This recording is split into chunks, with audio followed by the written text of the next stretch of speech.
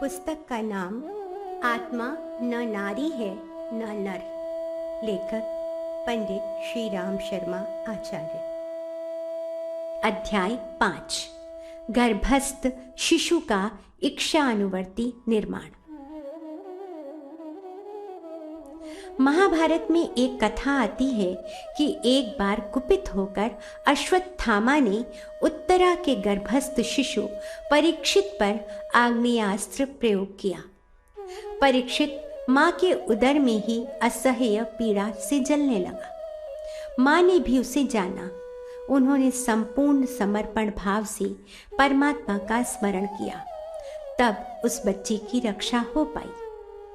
गर्भस्थ शिशु को कोई अस्त्र तब तक नहीं छेद सकता जब तक मां का शरीर न छिले। दरअसल आग्नेयास्त्र मंत्र शक्ति थी जो संकल्प शक्ति के द्वारा चलाई गई थी।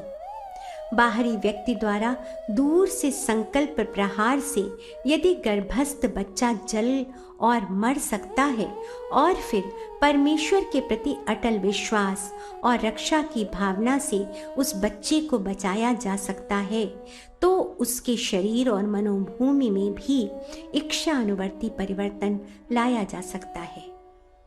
सती मदालसा के बारे में कहा जाता है कि वह अपने बच्चे के गुण, कर्म और स्वभाव की पूर्व घोषणा कर देती थी।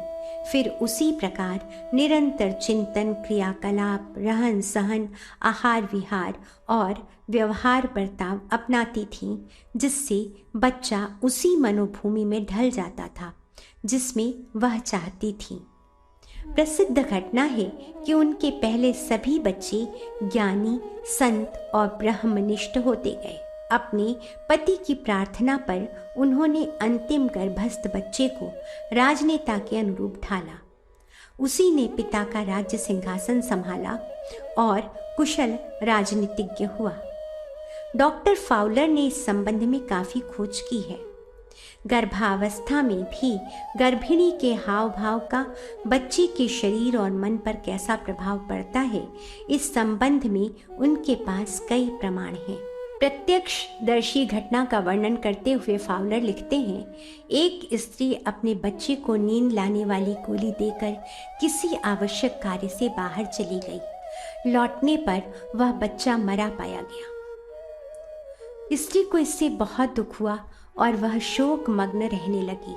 उसी अवस्था में उसने दूसरी बार गर्भ धारण किया। पहले बच्चे के प्रति उसका शोक ज्यों का त्यों बना रहा, इसलिए दूसरा लड़का रोगी हुआ। दूसरे वर्ष ही उसकी मस्तिष्क रोग से मृत्यु हो गई। अब वह और दुखी रहने लगी। इस अवस्था में तीसरा पुत्र हुआ। वह हठी, सुस्त और कमजोर हुआ। दांत निकलते समय उसकी भी मृत्यु हो गई। चौथा पुत्र भी ऐसे ही गया, किंतु पांचवी बार उसकी परिस्थितियों में सुखद परिवर्तन आई, जिससे उस स्त्री की मानसिक प्रसन्नता बढ़ी। वह पहले की तरह हंसने खेलने लगी। इस बार बच्चा हुआ, वह पूर्ण स्वस्थ, निरोग और कुशाग्र बुद्धि का हुआ। डॉक्टर फाउलर का मत है कि क्रोध, आश्चर्य, घृणा, अहंकार, गंभीरता आदि के अवसर पर माता की नासिका, मुख और आकृति में जैसे परिवर्तन, उठाव गिराव होते हैं, वैसे ही बच्चे की नाक, मुंह, माथे आदि अवयवों की शक्ल भी बनती है। गर्भाधान के बाद स्त्री प्रसन्न नहीं रहती, शोक या चिंताग्रस्त रहती है, तो बालक के मस्तिष्क में पानी की मात्रा बढ़ जाती है। यदि 4 वर्ष के बच्चे के सिर का व्यास 20 इंच से अधिक हो तो मानना चाहिए कि वह जल संचय का शिकार हुआ है। उसकी मां गर्भावस्था में दुखी रही है। भय, विक्षेप, अशुभ चिंतन, उत्तेजना से जिस तरह अंगों में भद्दापन, बेडौल और खराब मुखाकृति बनती है, उसी तरह शुभ संकल्प और प्रसन्नतापूर्ण विचारों से बच्चा स्वस्थ, सुंदर और चरित्रवान बनता है। इसीलिए कहा जाता है, गर्भावस्था में माँ को सत्य भाषण, उत्साह, प्रेम, दया, सुशीलता, सौजन्यता, धर्माचरण और ईश भक्ति का अनुगमन करना चाहिए। यह बच्चे होनहार और प्रतापी होते हैं, जबकि क्रोध, ईर्ष्या, भय, उद्विग्नता आदि अधम वृत्तियों से बच्चे भी अधम, उत्पाती, स्वेच्छाकारी होते हैं। गलत खान पान भी उसमें सम्मिलित है। इसके अतिरिक्त जो महत्वपूर्ण बातें गर्भस्थ शिशु को प्रभावित करती हैं, उनमें से वातावरण मुख्य है। ध्रुव ऋषि आश्रम में जन्मे थे। उनकी माता सुनीति बड़े नेक स्वभाव और ईश्वर भक्त थीं। ध्रुव के महान तेजस्वी होने में वातावरण भी मुख्य सहायक था, जबकि उत्तानपाद के दूसरे बेटे में वैसी तेजस्विता न उभर सकी। एक पाश्चात्य डॉक्टर ने वातावरण के प्रभाव का अध्ययन इस प्रकार किया। एक बार एक कमरे का फर्श और दीवार सबको नील पोतकर नीला कर दिया। उस कमरे में श्वेत रंग के खरगोशों का एक जोड़ा रखा गया। कुछ समय बाद खरगोश के 2 बच्चे हुए। दोनों के बालों में नीले रंग की झलक थी।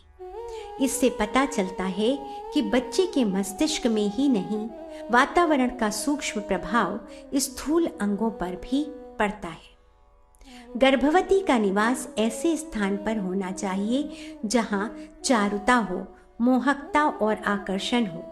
हरे बगीचे, केले, फलों आदि से घिरे स्थान, देवस्थान और विशेष रूप से सजे सजाए साफ सुथरे स्थान गर्भस्थ बच्चों पर सुंदर प्रभाव डालते हैं। स्पेन के किसी अंग्रेज परिवार में एक बार एक स्त्री गर्भवती हुई। गर्भवती जिस कमरे में रहती थी, उसमें अन्य चित्रों के साथ एक इथोपियन जाति के बहादुर का चित्र लगा हुआ था। वह चित्र उस स्त्री को अति प्रिय था। कमरे में वह उस चित्र को बहुत भावनापूर्वक देखा करती थी। दूसरे काम करते समय भी उसे चित्र का स्मरण बना रहता था। अंत में जब उसे बालक जन्मा तो उसके माता पिता अंग्रेज होते हुए भी लड़की की आकृति और वर्ण इथोपियनों जैसा ही था। उस चित्र की मुखाकृति से बिल्कुल मिलता जुलता उसी के अनुरूप था। घरों में भगवान के महापुरुषों के चित्र लगाए भी इसीलिए जाते हैं कि उनकी आकृतियों से निकलने वाले सूक्ष्म भावना प्रवाह का लाभ मिलता रहे। वातावरण के अतिरिक्त गर्भिणी के साथ किए गए व्यवहार, बर्ताव और बातचीत का भी गर्भस्थ शिशु पर प्रभाव पड़ता है। क्रोध, मारपीट, धमकाना, डांटना, दबा कर रखना आदि कुटिलताओं का बच्चे पर बुरा प्रभाव पड़ता है। कई बार इस प्रकार के आचरण बहुत ही दुखदायी और कष्टप्रद परिलक्षित होते हैं। एक बार एक व्यक्ति ने समुद्री यात्रा के दौरान किसी बात से अप्रसन्न होकर अपनी गर्भवती पत्नी को जोर का धक्का मारा। गिरते गिरते जहाज की जंजीर हाथ में पड़ गई। इससे वह गिरने से संभल गई, किंतु वह व्यक्ति बड़ा क्रूर निकला। उसने छुरे का वार किया, जिससे उस स्त्री की जंजीर पकड़े हुए हाथ की 3 उंगलियां कट गईं। वह स्त्री समुद्र में चली गई। जहाज के चले जाने पर कुछ मल्लाहों ने उसकी रक्षा की। बाद में उस स्त्री को जो संतान हुई, उसे देखकर सब आश्चर्यचकित रह गए कि उसकी 3 उंगलियां ही नहीं थीं और वह बालक मानसिक दृष्टि से अपूर्ण, क्रोधी और शंकाशील स्वभाव का था। धमाका पैदा करने वाला ऐसा कोई व्यवहार गर्भवती से नहीं करना चाहिए जिससे मस्तिष्क में तीव्र आघात लगे। इससे बच्चे के शरीर पर बुरा प्रभाव पड़ सकता है। बच्चों के मानसिक निर्माण में माता पिता की घनिष्ठता, प्रगाढ़ प्रेम, परस्पर विश्वास का सबसे सुंदर प्रभाव पड़ता है। सच बात तो यह है कि माता पिता का संकल्प बच्चे को उसी प्रकार पकाता है जिस प्रकार मादा कछुआ पानी में रहकर रेत में रखे अपने अंडों को पकाती है। दिव्य गुणों का बच्चे में आविर्भाव ही प्रेम पूर्ण भावनाओं से होता है। इसलिए गर्भावस्था में स्त्री पुरुष को अधिकांश समय साथ साथ बिताना चाहिए। पवित्र आचरण और प्रगाढ़ मैत्री रखनी चाहिए। ऐसे बच्चे शरीर से ही नहीं, मिजाज से भी पूर्ण स्वस्थ होते हैं। इस उदाहरण से यह बात और भी स्पष्ट होगी। एक बार अंग्रेज ने किसी ब्राजील की लड़की से विवाह किया। लड़की का रंग सांवला था, पर उसमें मोहकता अधिक थी। पति पत्नी में घनिष्ठ प्रेम था, पर उन्हें कोई संतान प्राप्त नहीं हुई। कुछ समय पश्चात वह स्त्री मर गई। पति को बड़ा दुख हुआ। कुछ दिन बाद उसने दूसरा विवाह अंग्रेज स्त्री से किया। वह गौर वर्ण की थी, पर इस अंग्रेज को अपनी पूर्व पत्नी की याद बनी रहती थी। इसलिए वह अपनी नई पत्नी को भी उसी भाव से देखा करता था। इस स्त्री से एक कन्या उत्पन्न हुई जो ब्राजीलियन लड़की की तरह सांवली ही नहीं, मुखाकृति से भी मिलती जुलती थी। यह गर्भावस्था में पिता के मस्तिष्क में जमा हुआ पत्नी प्रेम का संस्कार ही था, जिसके कारण बालिका ने उसका रंग और आकार ग्रहण किया। इन समस्त उदाहरणों से स्पष्ट है कि गर्भस्थ शिशुओं का इच्छानुवर्ती निर्माण संभव है। अपने रहन सहन, स्वभाव और संकल्पों को स्वस्थ और सुंदर बनाकर भावी बच्चों में भी स्वास्थ्य, सौंदर्य, सद्गुण, तेजस्विता और मनस्विता का विकास किया जा सकता है। यह बात माता पिता दोनों को मालूम होनी चाहिए। विज्ञान के इस दिशा में प्रयास। गर्भस्थ शिशु का इच्छानुवर्ती निर्माण करने की दिशा में अब विज्ञान भी सक्रिय हुआ है। पिछले दिनों संतान पर पड़ने वाले माता पिता के शरीर, रोग, स्वभाव और दोष गुण को लेकर जीव विज्ञान की एक शाखा जेनेटिक्स, जिसे जनन विज्ञान या आनुवंशिकी भी कह सकते हैं, का निर्माण हुआ। उसकी भी एक उपशाखा है यूजेनिक्स, जिसे हिंदी में सुप्रजनन अथवा नस्ल सुधार कह सकते हैं। में यह माना गया कि मनुष्यों की वर्तमान पीढ़ी से पूर्वज लंबाई, मजबूती, निरोगता, दीर्घ जीवन आदि सभी दृष्टि से बढ़े चढ़े थे और हम उनकी अपेक्षा कहीं अधिक निर्बल एवं रुग्णताग्रस्त हो गए हैं। इस कमी को पूरा करके पूर्वजों की अथवा उससे भी अच्छी स्थिति में पहुंचने की अपनी इच्छा स्वाभाविक है। यूजेनिक्स के अंतर्गत इसके लिए उपाय ढूंढे जा रहे हैं। इतना ही नहीं, मानसिक संरचना एवं व्यक्तित्व की अनेक धाराओं में भी ऐसे सुधार किए जाने अपेक्षित हैं जिनके आधार पर मनुष्य को सुविकसित कहा जा सके। अच्छा बीज अच्छी जमीन में बोया जाए तो उससे मजबूत पौधा उगेगा और उस पर बढ़िया फल फूल आवेंगे। इस तथ्य से क्या शिक्षित क्या अशिक्षित सभी परिचित हैं। जिन्हें कृषि एवं उद्यान से अच्छा प्रतिफल पाने की आकांक्षा है, वे इस तथ्य पर आरंभ से ही ध्यान रखते हैं कि उत्पादन के मूलभूत आधारों को सतर्कता से जुटाया जाए और उनका स्तर ऊंचा रखा जाए। यो विवाह एक निजी मामला समझा जाता है और संतानोत्पादन को भी व्यक्तिगत क्रियाकलाप की परिधि में सम्मिलित करते हैं, पर वस्तुतः यह एक सार्वजनिक, सामाजिक एवं सार्वभौम प्रश्न है, क्योंकि भावी पीढ़ियों के निर्माण की आधारशिला यही है।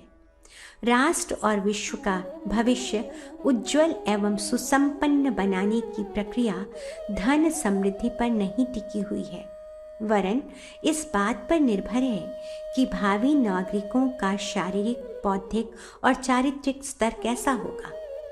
धातुएं, इमारतें या हथियार नहीं, वरन किसी राष्ट्र की वास्तविक संपदा वहाँ के नागरिक ही होते हैं। वे जैसे भी भले या बुरे होंगे, उसी स्तर का समाज, समय एवं वातावरण बनेगा। इसलिए भावी प्रगति की बात सोचने में हमें सुसंतति के निर्माण की व्यवस्था जुटाने की बात ध्यान में रखनी चाहिए। घरेलू पशुओं यहाँ तक कि कुत्ते बिल्लियों तक के बारे में हमारे प्रयास यही होते हैं कि उनकी संतानें उपयुक्त स्तर की हों, जिन्हें इस उद्देश्य को पूरा करने में रुग्ण, दुर्बल अथवा अयोग्य समझते हैं, उनका प्रजनन प्रतिबंधित कर देते हैं। इस प्रतिबंधन प्रोत्साहन में उचित वंश वृद्धि की बात ही सामने रखी जाती है। क्या मानव प्राणी की नस्लें ऐसे ही अस्त व्यस्त बनने दी जानी चाहिए जैसे कि इन दिनों बन रही हैं? क्या इस संदर्भ में कुछ देखभाल करना या सोचना विचारना समाज का कर्तव्य नहीं है? क्या बच्चे मात्र माता पिता की ही संपत्ति हैं? क्या उनका स्तर समाज को प्रभावित नहीं करता? इन बातों पर यदि गंभीरता पूर्वक विचार किया जाए तो प्रतीत होता है कि किसी राष्ट्र या समाज का भविष्य उसकी भावी पीढ़ियों पर निर्भर है। यदि सुयोग्य नागरिकों की जरूरत हो तो भोजन, चिकित्सा अथवा शिक्षा का प्रबंध भर कर देने से काम नहीं चलेगा। इस सुधार का क्रम सुयोग्य जनक जननी द्वारा सुविकसित संतान उत्पन्न करने का उत्तरदायित्व निभाने से होगा। यह तैयारी विवाह के दिन से ही आरंभ हो जाती है। यदि पति पत्नी की शारीरिक, मानसिक और आर्थिक स्थिति सुयोग्य संतान के उत्पादन तथा भरण पोषण के उपयुक्त नहीं है तो उनके द्वारा की जाने वाली वंश वृद्धि अवांछनीय स्तर की ही बनेगी और उनका दुष्परिणाम समस्त समाज को भुगतना पड़ेगा। वंशानुक्रम विज्ञान की चर्चा इन दिनों जोरों पर है। जनन रस में पाए जाने वाले गुण सूत्रों को भावी पीढ़ियों के निर्माण का सारा श्रेय दिया जा रहा है। इन जीव कणों में हेर फेर करके ऐसे उपाय ढूंढे जा रहे हैं जिनके आधार पर मन चाहे आकार प्रकार की संतानों को जन्म दिया जा सके। इस अत्युत्साह में अभी तक आंशिक सफलता ही मिली है, क्योंकि गुण सूत्रों ने आकृति तक में अभीष्ट परिवर्तन प्रस्तुत नहीं किया। फिर प्रकृति के परिवर्तन की तो बात ही क्या की जाए। प्रयोगशालाओं में रासायनिक पदार्थों की अथवा विद्युत उपचार की ऐसी विधि व्यवस्था सोची जा रही है जिससे अभीष्ट स्तर की संतानें पैदा की जा सके। इस दिशा में जी तोड़ प्रयत्न हो रहे हैं और सोचा जा रहा है कि बिना माता का स्तर सुधारे अथवा बिना वातावरण की चिंता किए वैज्ञानिक विद्या के आधार पर सुसंतति उत्पादन की व्यवस्था यांत्रिक क्रियाकलाप द्वारा संपन्न कर ली जाए। जनन रस में पाए जाने वाले गुण सूत्र में एक व्यक्त रूप डोमिनेंट है, दूसरा अव्यक्त रूप है रिसेसिव। व्यक्त भाग को भौतिक माध्यमों से प्रभावित किया जा सकता है और उस सीमा तक भले या बुरे प्रभाव संतान में उत्पन्न किए जा सकते हैं, पर अव्यक्त स्तर को केवल जीव की निजी इच्छा शक्ति ही प्रभावित कर सकती है। महत्वपूर्ण परिवर्तन इस चेतनात्मक परिधि में ही हो सकते हैं। इसके लिए रासायनिक अथवा चुंबकीय माध्यमों से काम नहीं चल सकता। इसके लिए चिंतन को बदलने वाली अंतःस्फुरणा अथवा दबाव भरी परिस्थितियां होनी चाहिए। इस तथ्य को ध्यान में रखते हुए यह सोचा जाने लगा है कि माता पिता का स्तर सुधारे बिना सुसंतति की समस्या प्रयोगशालाओं द्वारा हल न हो सकेगी। वनस्पति अथवा पशुओं में सुधार और उत्पादन सरल है, पर मनुष्यों में पाए जाने वाली चिंतन तत्व में उत्कृष्टता भरने की आवश्यकता यांत्रिक पद्धति कदाचित ही पूरी कर सकेगी। गुण सूत्रों में हेर फेर करके तत्काल जिस नई पीढ़ी का स्वप्न देखा जा रहा है उसे म्यूटेशन, आकस्मिक परिवर्तन प्रक्रिया कहा जा सकता है। म्यूटेशन के संदर्भ में पिछले दिनों पैवलव, मैकडूगल, मॉर्गन, मुलर जैसे जीव वैज्ञानिकों ने अनेक माध्यमों और उपकरणों से विविध प्रयोग किए हैं। जनन रस को प्रभावित करने वाले उन्होंने विद्युतीय और रासायनिक उपाय अपनाए। सोचा यह गया था कि उससे अभीष्ट शारीरिक और मानसिक क्षमता संपन्न पीढ़ियां उत्पन्न होगी, पर उनसे मात्र शरीर की ही दृश्य से थोड़ा हेरफेर हुआ। विशेषतया बिगाड़ प्रयोजन में ही सफलता अधिक मिली।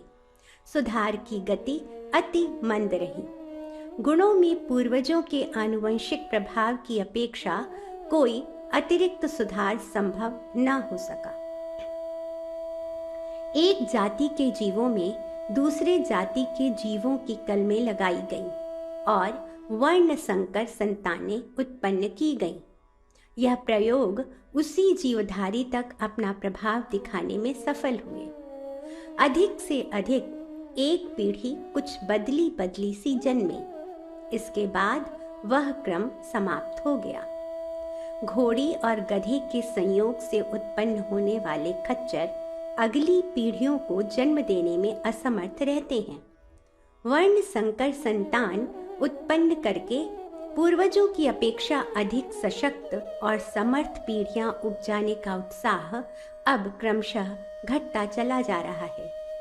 इस संदर्भ में प्रथम आवश्यकता तो यही रहती है कि प्रकृति एक ही जाति के जीवों में संकरण स्वीकार करती है। मात्र उपजातियों में ही प्रत्यारोपण सफल हो सकता है। यदि शरीर रचना में विशेष अंतर होगा तो संकरण प्रयोगों में सफलता न मिलेगी। दूसरी बात यह है कि काया की दृष्टि से थोड़ा सुधार इस प्रक्रिया में हो भी सकता है, गुणों में नहीं। वर्ण संकर गाय मोटी तगड़ी तो हुई, पर अपने पूर्वजों की अपेक्षा अधिक दुधारू न बन सकी। इन प्रयोगों से यह निष्कर्ष निकाला गया है कि उत्कृष्टता जीव के अपने विकास क्रम के साथ जुड़ी हुई है। वह बाहरी उलट पुलट करके विकसित नहीं की जा सकती। सुसंतति के संबंध में वैज्ञानिक प्रयोग अधिक से अधिक इतना ही कर सकते हैं कि रासायनिक हेरफेर करके शारीरिक दृष्टि से अपेक्षाकृत थोड़ी मजबूत पीढ़ियां तैयार कर दें, पर उनमें नैतिक, बौद्धिक तथा सामाजिक उत्कृष्टता भी होगी, इसकी गारंटी नहीं दी जा सकती। ऐसी दशा में उज्जवल भविष्य का निर्माण कर सकने वाले नागरिकों का सर्वतोमुखी सृजन कहाँ संभव होगा।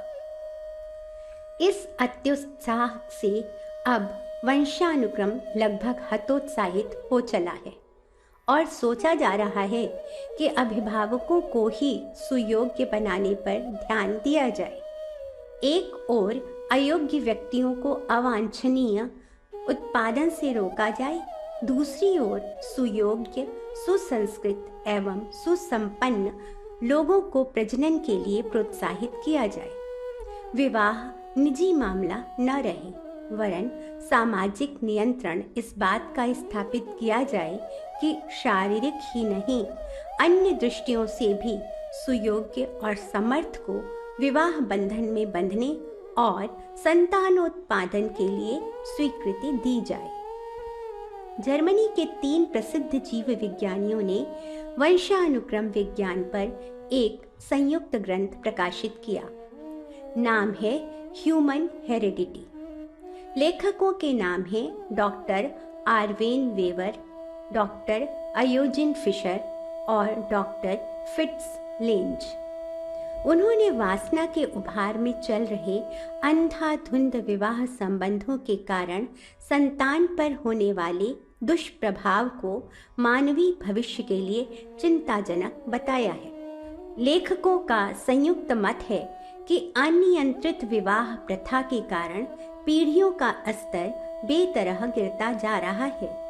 उन्होंने इस बात को भी दुखद बताया है कि निम्न वर्ग की संतानें बढ़ रही हैं और उच्च स्तर के लोगों की संख्या तथा संतानें घटती चली जा रही हैं। पीढ़ियों में आकस्मिक परिवर्तन म्यूटेशन के विशेष शोधकर्ता टर्नियर का निष्कर्ष यह है कि मानसिक दुर्बलता के कारण गुण सूत्र में ऐसी अशक्तता आती है जिसके कारण पीढ़ियां गई गुजरी बनती हैं। इसके विपरीत मनोबल संपन्न व्यक्तियों की आंतरिक स्फुरना उनके जनन रस में ऐसा परिवर्तन कर सकती हैं जिससे तेजस्वी और गुणवान ही नहीं, शारीरिक दृष्टि से भी परिपुष्ट संतानें उत्पन्न हों।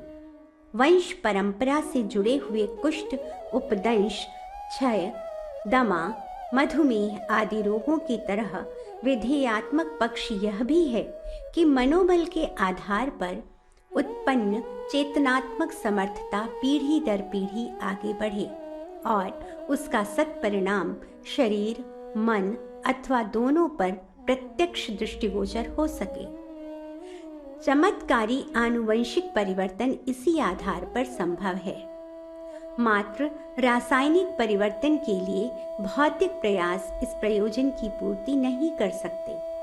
यह तथ्य हमें इस निष्कर्ष पर पहुंचाता है कि जिस प्रकार परिवार नियोजन के द्वारा अवांछनीय उत्पादन रोकने का प्रयास किया जाता है, उसी प्रकार समर्थ और सुयोग्य संतानोत्पादन के लिए आवश्यक ज्ञान, आधार, साधन एवं प्रोत्साहन उपलब्ध कराया जाए। क्या मनुष्य पूर्वजों की प्रतिकृति है? आनुवंशिकी विज्ञान के अंतर्गत पिछले दिनों यह सिद्ध किया जाता रहा है कि प्राणी अपने पूर्वजों की प्रतिकृति होते हैं। माता पिता के डिंब कीट और शुक्र कीट मिलजुल कर भ्रूण कलल में परिणत होते हैं और शरीर बनना आरंभ हो जाता है। उस शरीर में जो मनः चेतना रहती है उसका स्तर भी पूर्वजों की मनः स्थिति की भांति ही उत्तराधिकार में मिलता है। शरीर की संरचना और मानसिक बनावट के लिए बहुत हद तक पूर्वजों के उन जीवाणुओं को ही जिम्मेदार ठहराया गया है जो परंपरा के रूप में वंशधरों में उतरते चले आते हैं। इस प्रतिपादन से यह निष्कर्ष निकलता है कि व्यक्ति अपने आप में कुछ बहुत अधिक महत्वपूर्ण नहीं है, पूर्वजों के ढांचे में ढला हुआ एक खिलौना मात्र है। यदि संतान को सुयोग्य सुविकसित बनाना हो तो वह कार्य पीढ़ियों पहले आरंभ किया जाना चाहिए, अन्यथा सांची में ढले हुए इस खिलौने में कुछ महत्वपूर्ण परिवर्तन न हो सकेगा। आनुवंशिकी का प्रतिपादन जहाँ तक मानव प्राणी का संबंध है बहुत ही अपूर्ण और अवास्तविक है। पशु पक्षियों में एक हद तक यह बात सही भी हो सकती है, पर मनुष्य के लिए यह कहना अनुचित है कि वह पूर्वजों के सांचे में ढला हुआ एक उपकरण मात्र है। यह मानवीय इच्छा शक्ति, विवेक बुद्धि, स्वतंत्र चेतना और आत्मनिर्भरता को झुठलाना है। समाजशास्त्री, अर्थशास्त्री और मनोविज्ञान वेत्ता वातावरण एवं परिस्थितियों के उत्थान पतन का कारण बताते रहे हैं। आत्मवेत्ताओं ने एक स्वर से सदा यही कहा है, मनुष्य की अंतः चेतना स्वनिर्मित है। यह वंश परंपरा से नहीं, संचित संस्कारों और प्रस्तुत प्रयत्नों के आधार पर विकसित होती है। इच्छा शक्ति और संकल्प शक्ति के आधार पर अपने मानसिक ढांचे में कोई चाहे तो आमूल चूल परिवर्तन कर सकता है। आनुवंशिकी की मान्यताएं एक हद तक ही सही ठहराई जा सकती हैं। चमड़ी का रंग, चेहरा, आकृति, अवयव आदि पूर्वजों की बनावट के अनुरूप हो सकते हैं, पर गुण, कर्म, स्वभाव भी पूर्वजों जैसे ही हों यह आवश्यक नहीं। यदि ऐसा ही रहा होता तो किसी कुल में सभी अच्छे और किसी कुल में सभी बुरे उत्पन्न होते। रुग्णता, स्वस्थता, बुद्धिमत्ता, मूर्खता, सज्जनता, दुष्टता, कुशलता, अस्त व्यस्तता भी परंपरागत होती। तो प्रगतिशील वर्ग के परिवार के सभी सदस्य सुविकसित होते और पिछड़े लोगों का स्तर सदा के लिए गया गुजरा ही बना रहता। तब उत्थान पतन के लिए किए गए प्रयत्नों की भी कुछ सार्थकता न होती, वातावरण का भी कोई प्रभाव न पड़ता। पर स्थिति ऐसी है नहीं। पूर्वजों की स्थिति से सर्वथा भिन्न स्तर की संतानों के अगणित उदाहरण पग पग पर सर्वत्र बिखरे हुए देखे जा सकते हैं। इससे मनुष्य की स्वतंत्र चेतना और इच्छा शक्ति की प्रबलता का साक्ष्य ही स्पष्ट रूप से सामने आता है। मध्यम मनुष्यों की संतान क्या जन्मजात रूप से उस लत से ग्रसित होती है? इस खोजबीन में पाया गया कि ऐसी कोई बात नहीं है, वरन उल्टा यह हुआ कि बच्चों ने बाप को मद्यपान के कारण अपनी बर्बादी करते देखा तो वे उससे विरुद्ध हो गए और उन्होंने न केवल मद्यपान से अपने को अछूता रखा, वरन दूसरों को भी उसे अपनाने से रोका। मनुष्यों में गुण सूत्रों के हेर फेर से जो परिणाम सामने आए हैं, उससे स्पष्ट है कि बिगड़ने में अधिक और बनाने में कम सफलता मिलती है। विकलांग और पैतृक रोगों से ग्रसित संतान उत्पन्न करने में आशाजनक सफलता मिली है, क्योंकि विषाक्त मारकता से भरे रसायन सदा अपना त्वरित परिणाम दिखाते हैं। यह गति विकासोन्मुख प्रयत्नों की नहीं होती। नीला तोता खाने से उल्टी तुरंत हो सकती है, पर पाचन शक्ति सुधार देने के प्रयोग उतने सफल नहीं होते।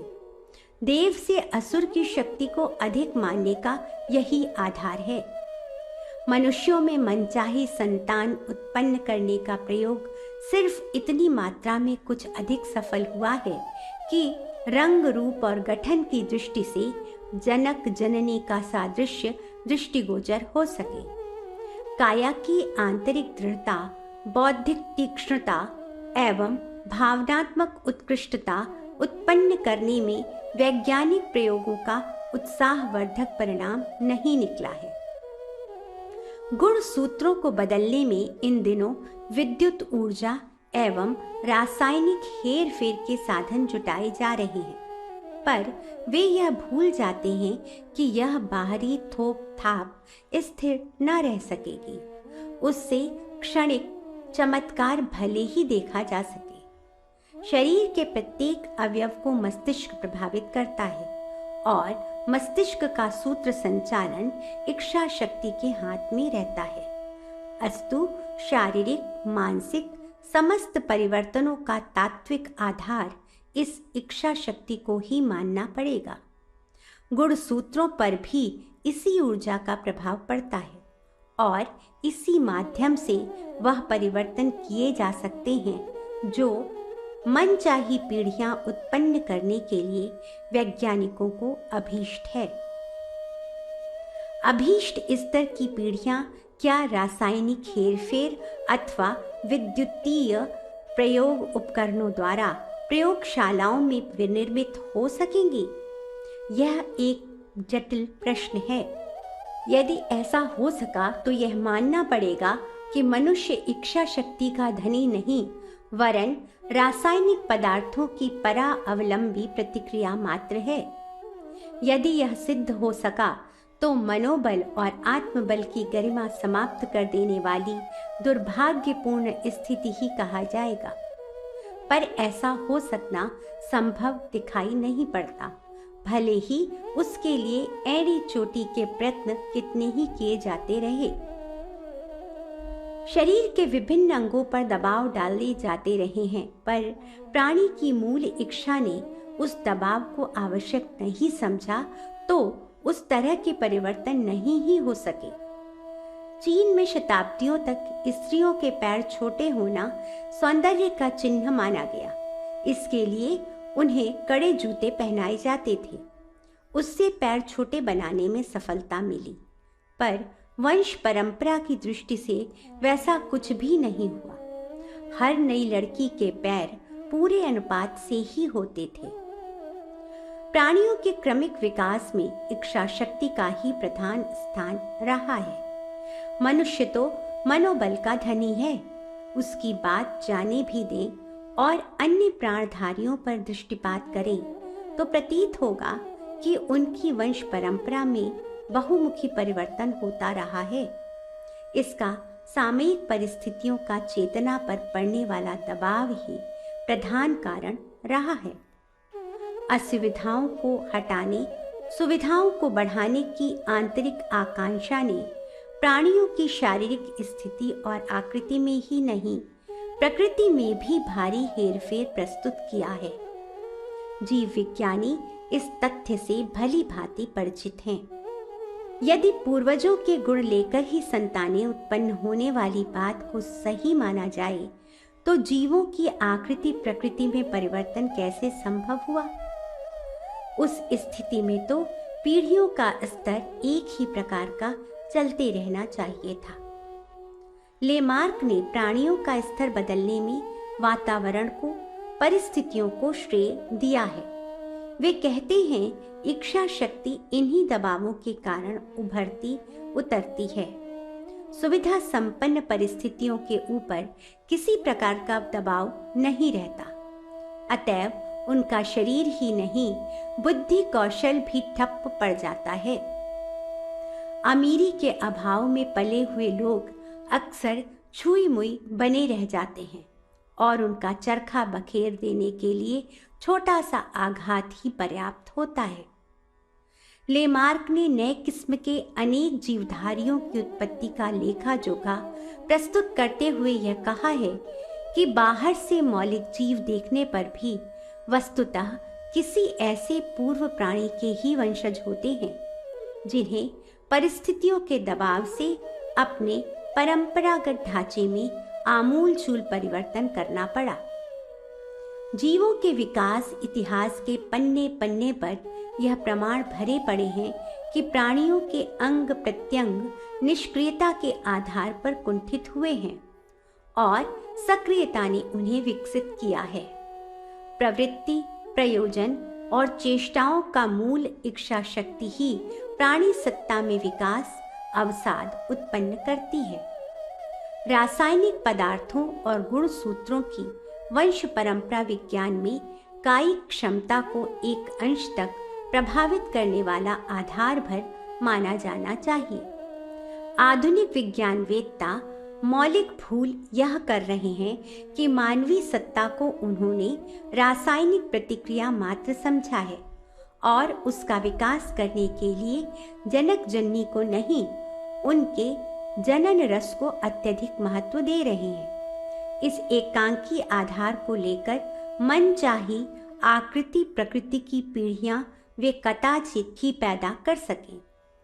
वैज्ञानिक बीजमन ने चूहों और चूहियों की लगातार 20 पीढ़ियों तक पूंछें काटी और देखा कि क्या इसके फलस्वरूप बिना पूंछ वाले चूहे पैदा किए जा सकते हैं। उन्हें अपने प्रयोग में सर्वथा असफल होना पड़ा। बिना पूंछ के माँ बाप भी पूंछ वाले बच्चे ही जन्मते चले गए। इससे यह निष्कर्ष निकाला कि मात्र शारीरिक हेरफेर से वंशानुक्रम नहीं बदला जा सकता।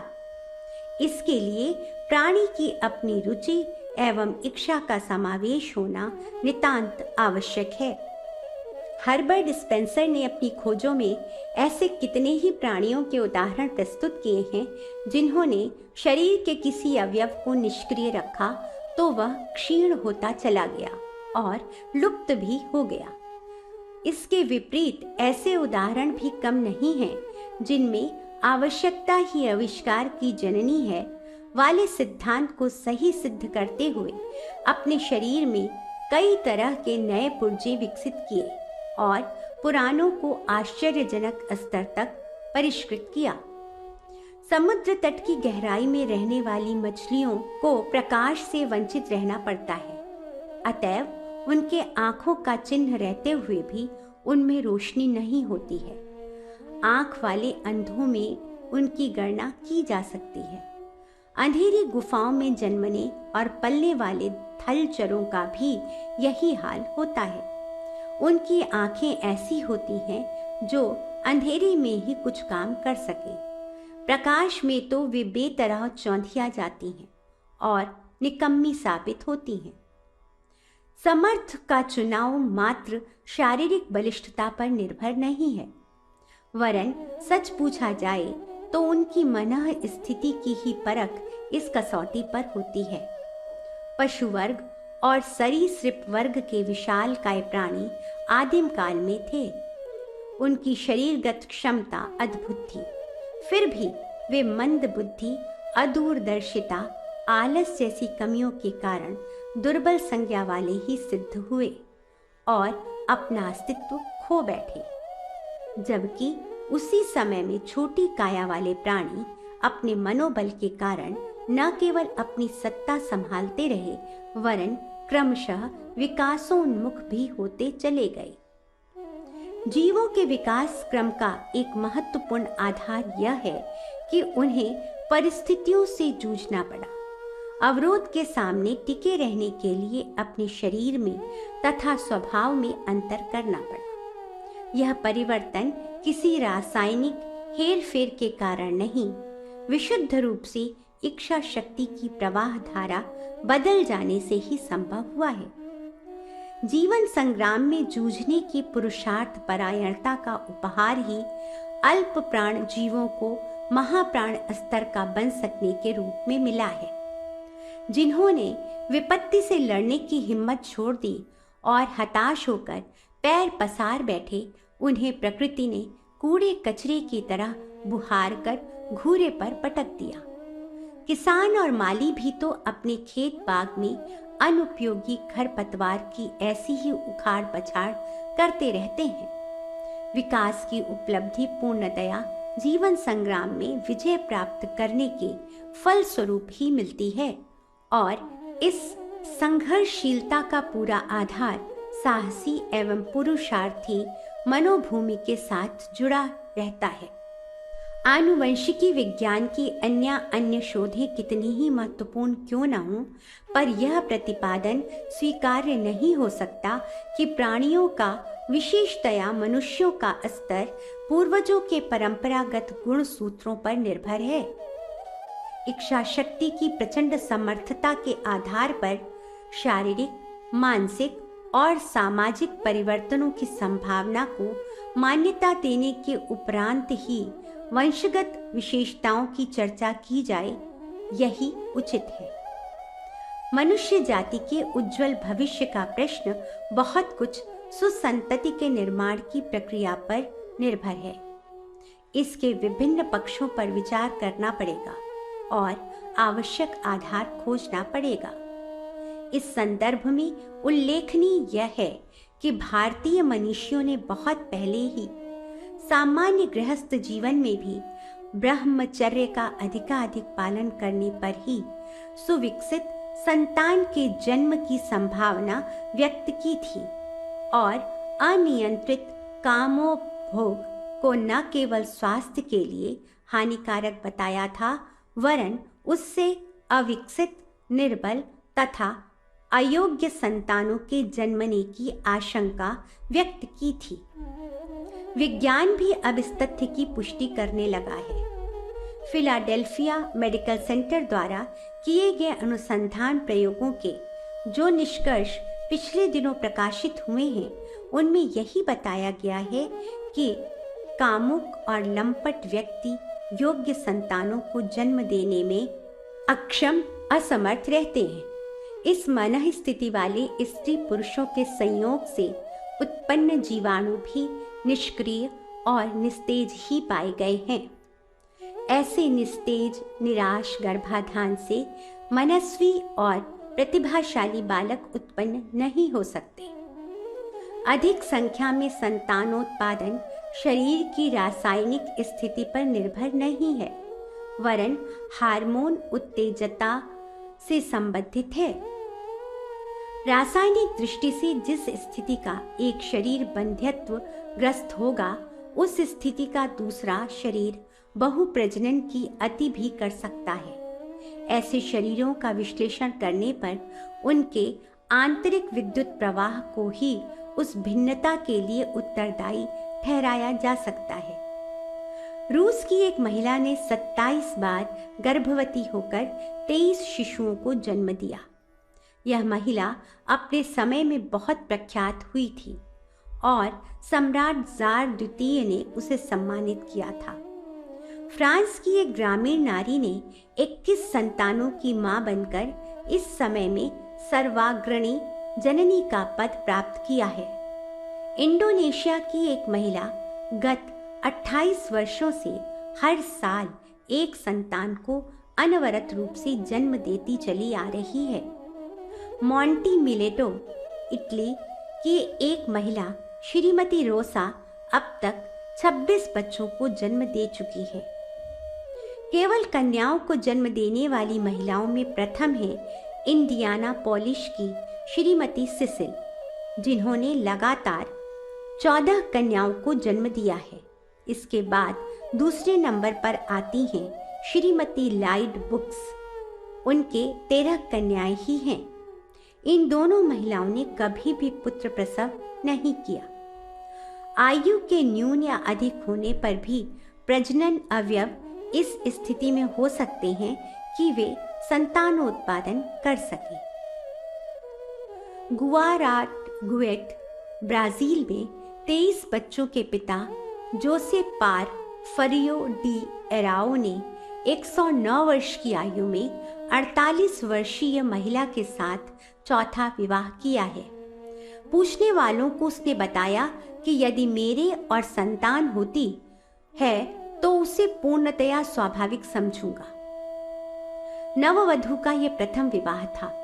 वह बहुत समय से उसकी प्रेयसी रही। लोगों ने इस वृद्ध विवाह का मखौल उड़ाया तो वधू ने इससे असहमति प्रकट की और उसने कहा, मेरा पति शारीरिक दृष्टि से पूर्ण सक्षम है और मैं उससे संतुष्ट हूँ। दक्षिण पेरू के आरिक्या अस्पताल में एक 11 वर्षीय बालिका ने 3 किलोग्राम वजन के बच्चे को जन्म दिया। जच्चा और बच्चा दोनों ही स्वस्थ रहे। इससे पूर्व कम उम्र की लड़की द्वारा प्रजनन का पहला रिकॉर्ड यह है कि 1938 में एक 7 वर्षीय बालिका लिंडा मेडिना ने कैस्ट्रोविरेना के अस्पताल में पुत्र को जन्म दिया था। यह प्रमाण बताते हैं कि शरीर की स्थिति पर प्रजनन निर्भर नहीं, वरन उसका सीधा संबंध ऐसी चेतना से है जो कायगत रासायनिक पदार्थों से कहीं ऊंचा है। इन तथ्यों पर विचार करने से काम प्रवृत्ति को नियंत्रित, परिष्कृत, परिपुष्ट, प्रबल और शिथिल बनाने को ही नहीं, अपितु अभीष्ट संतानोत्पादन के लिए उस विशिष्ट चेतना के साथ संपर्क बनाना पड़ेगा जो अस्थिमांस से नहीं वरन अंतः चेतना से संबंधित है। चेतना का यह स्तर योगाभ्यास की कुंडलिनी उत्थान जैसी साधना पद्धतियों से संबंधित है। ब्रह्मचर्य का परिपूर्ण पालन और उस ओजस शक्ति का प्रखर व्यक्तित्व के रूप में परिवर्तन भी इसी स्तर की साधनाओं द्वारा संभव हो सकता है।